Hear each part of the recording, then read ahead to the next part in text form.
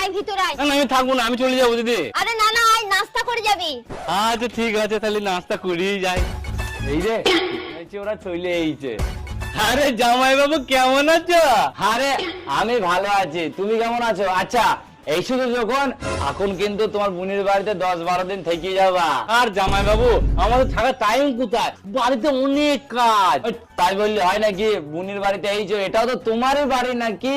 এই শুধু যখন 10-12 দিন থেকেই যাবা। শালা এত করে যখন বলছি থেকেই যায়, খাবো দাবো আর এসি করে ঘুমাবো, কাজ কামও করতে হবে না। ঠিক আছে জামাইবাবু, তুমি যখন বলছো এত করে থেকেই যাই।